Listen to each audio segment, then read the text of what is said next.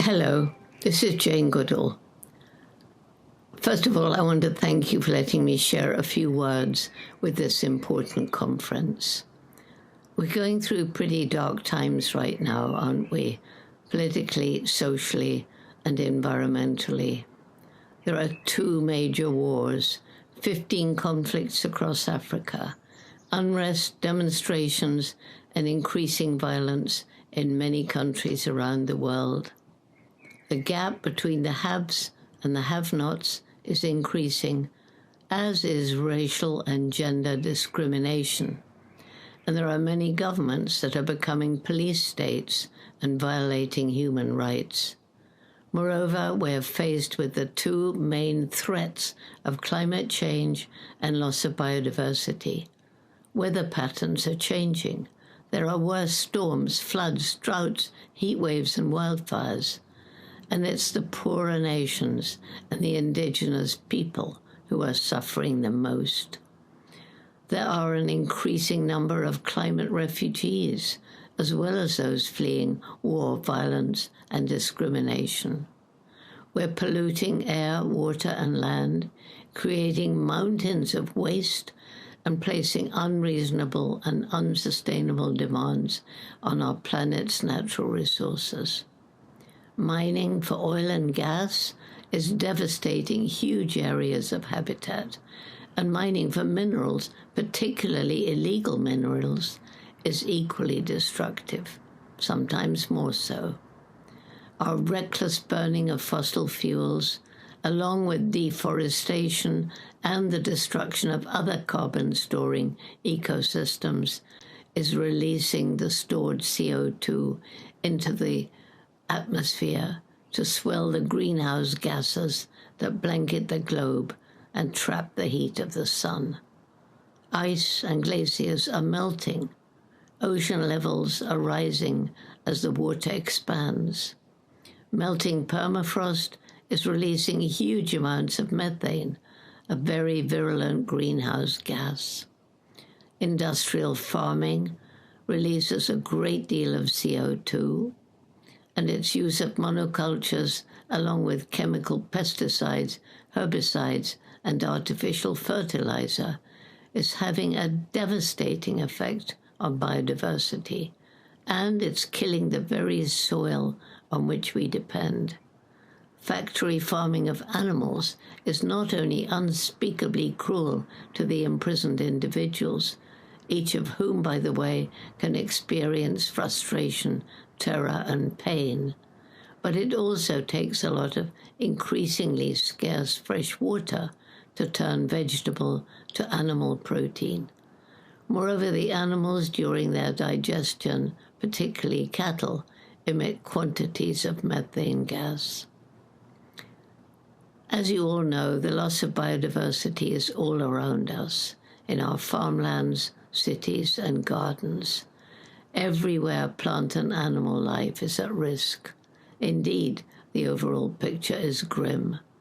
And unfortunately, while more and more people are working to protect the environment, corruption and the power of corporations and governments with vested interests in maintaining the status quo derails many of the projects that would have helped to restore health to the land. So it's hardly surprising that so many people, particularly young people, are losing hope. Some just become apathetic and do nothing. What's the point? Others become angry, sometimes violent, and others become depressed, and this can lead to clinical depression. Suicide rates are going up all around the world. As many of you know, I spent years studying chimpanzees. They're our closest living relatives, and they're like us in so many ways. The biggest difference, I believe, is the explosive development of our human intellect. Chimpanzees and other animals are way more intelligent than once was thought, but only we humans can investigate and begin to understand the mysteries of the solar system. So how come that we, the most intellectual species to ever walk the earth, are destroying our only home, planet Earth? It seems, doesn't it, that there's a disconnect between our clever brains and our human hearts, where, poetically, we seek love and compassion.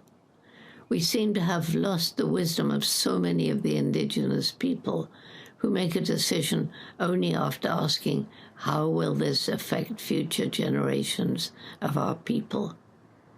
Unfortunately, the policy of most of the major corporations and governments is to strive for short-term profit or for personal gain at the expense of protecting the environment.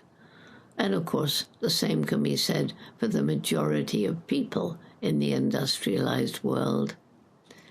Goodness, it's time to wake up, to understand how the idea that there can be unlimited economic growth on a planet with finite natural resources and growing populations of people and livestock is fatally flawed. It's leading to ever-increasing destruction of the natural world. Indeed, we're in the midst of the 6th great extinction, and it is so important to understand that we are part of the natural world and that we depend on it for food, water, air, everything. But we depend on healthy ecosystems.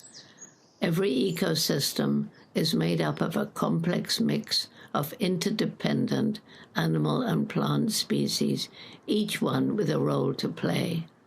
And as more and more species disappear from an ecosystem, it will eventually collapse. And make no mistake, ecosystems are collapsing all over the world. And this is bad for us, because it's a scary but true fact that even our own human species is not exempt from extinction. It's also important to understand that we need to spend time in nature. It's been proven that this is highly beneficial for our mental and physical health. It's especially important for young children and for those suffering from anxiety or depression. Indeed, in Japan and Canada and maybe other countries, doctors can actually write out prescriptions for time in nature, and this is for patients with mental health and physical health problems. This is why, of course, urban greening is so important, to bring nature into the cities, because so many people will never get out into wild nature. I do believe that we have a window of time when, if we get together, we can at least slow down climate change and loss of species. Hope lies in the fact that we're working on renewable energy, turning towards small-scale family farming, regenerative agriculture, and permaculture, moving towards a plant-based diet, planting trees, fighting to save old-growth forests, and to save species from the brink of extinction. We're providing environmental education in more schools, working with local communities around the world to help them find ways of making a livelihood without destroying the environment. And we're creating wildlife corridors so fragmented groups can maintain contact with each other. We're working to alleviate poverty everywhere. And people are beginning to think about their own environmental footprints and understanding that they make an impact, trying to make wise choices in how they live. There are people fighting to solve every problem that we've inflicted on our planet. But most important of all is to create a new mindset that gives top priority not to the GDP of a nation, but to the health of its people and of the natural world. In fact, to promote the well-being and happiness of the people. It does seem impossible in the fractured world in which we live today, because it isn't possible to achieve such a system unless we can curb unsustainable lifestyles, alleviate poverty, racism, discrimination, ignorance, political divisiveness, and war. But it's surely something worth working to achieve in country by country, and surely it's the only way forward in the long run. Many of our young people are eager for change, so let's bring our brilliant minds to work. Let us collaborate and form partnerships to move ahead. And let us ensure that our heads work in partnership with our hearts, for only then, I believe, can we attain our true human potential. Above all, let us not lose hope. Nature, given time, will return to places we've destroyed. Animals on the brink of extinction have been given another chance. Our intellect is increasingly turning towards creating a better and more sustainable world for all. And the determination and energy of young people, when they understand the problems and are empowered to take action, certainly inspires and gives me hope. And then there's the indomitable human spirit, the people who tackle what seems impossible, never give up, and eventually succeed. That is our hope for the future. Please don't ever give up. Thank you.